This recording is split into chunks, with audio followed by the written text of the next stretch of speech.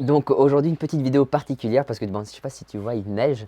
Et donc c'était une vidéo que je voulais faire depuis longtemps parce qu'il y a eu beaucoup de demandes à ce sujet-là. C'est une vidéo sur les livres que j'utilise ou que je lis pour le potager. Alors il y a une multitude de livres que je lis. Dans cette vidéo je vais en donner quelques-uns, non pas parce que les autres sont pas intéressants, mais parce que sinon la vidéo ferait des heures. Donc je vous remercie pour vos commentaires parce que ça me fait plaisir de savoir qu'il y en a qui s'intéressent justement aussi à la lecture de livres et que je suis content de pouvoir partager ça. Et je fais un petit disclaimer entre guillemets parce que voilà, cette vidéo n'est pas sponsorisée, je ne suis payé par personne, je ne touche pas d'argent pour pouvoir la faire.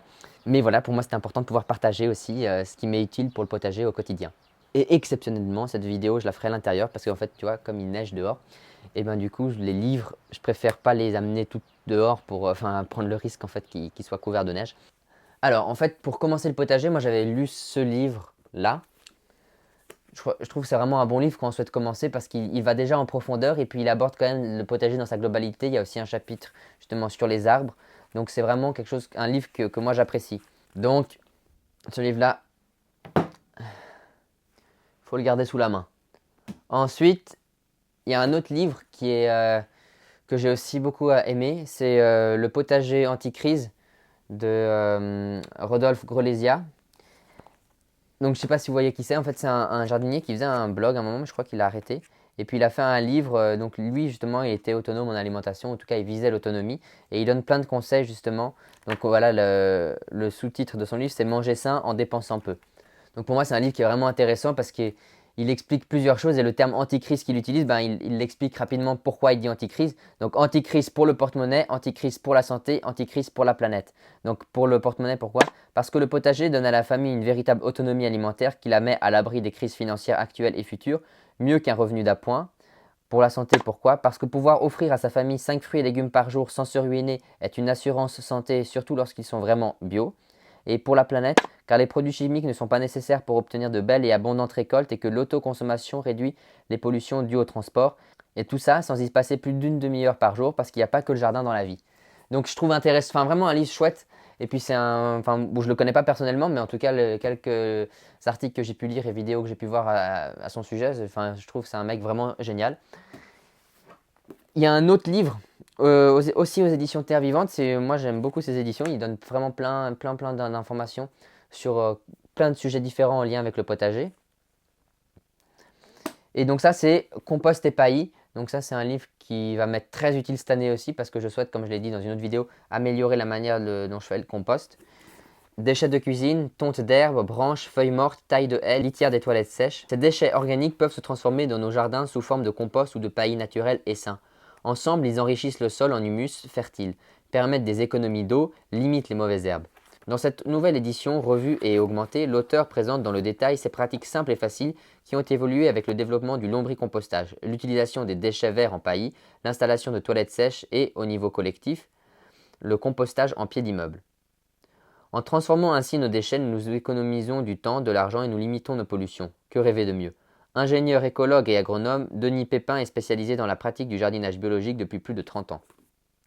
Donc un chouette livre aussi pour comprendre justement le compost. Donc un autre livre que j'utilise un peu plus depuis cette année, enfin parce que je l'ai seulement pris cette année, mais c'est un livre de Jean-Martin Fortier, un jardinier québécois. Et en fait donc c'est Jardinier maraîcher, le manuel d'une agriculture biologique sur petite surface. Mais donc, comme l'indique le titre, c'est lui, il est maraîcher et il vend sa production. C'est plus enfin, j'imagine qu'il en consomme, hein, mais c'est plus forcément seulement pour son autosuffisance alimentaire. C'est son métier aussi. Et donc là, il explique dans ce livre vraiment c'est un manuel. C'est vraiment un manuel, comment se lancer en fait en maraîchage, mais sur une petite surface. Je crois que lui, il est sur 1 hectare.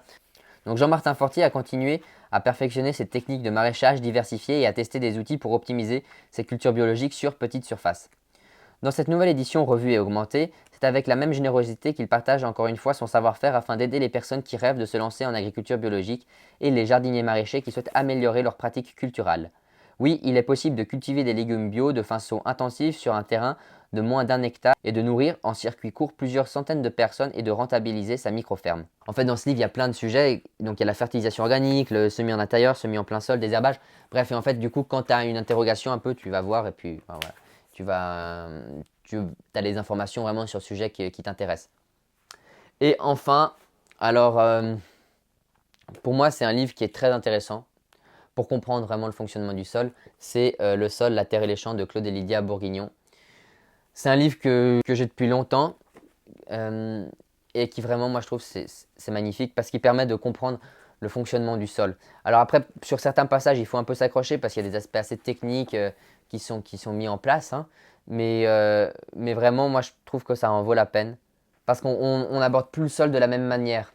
Et finalement, ces deux livres-là sont vraiment complémentaires parce qu'en en lisant un, on comprend beaucoup de choses sur l'autre et vice-versa.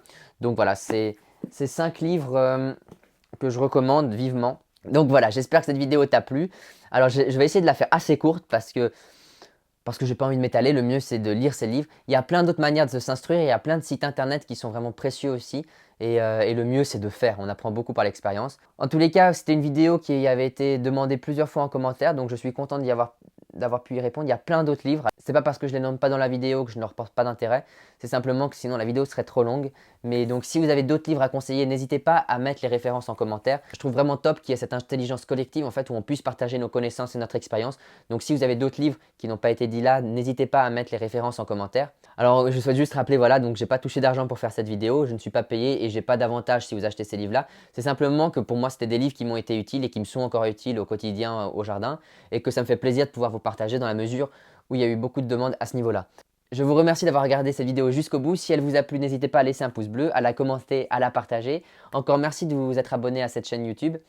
Et puis, ou si tu n'es pas encore abonné, n'hésite pas à le faire. Et donc maintenant, place à la citation. Alors, c'est une citation de Chateaubriand qui dit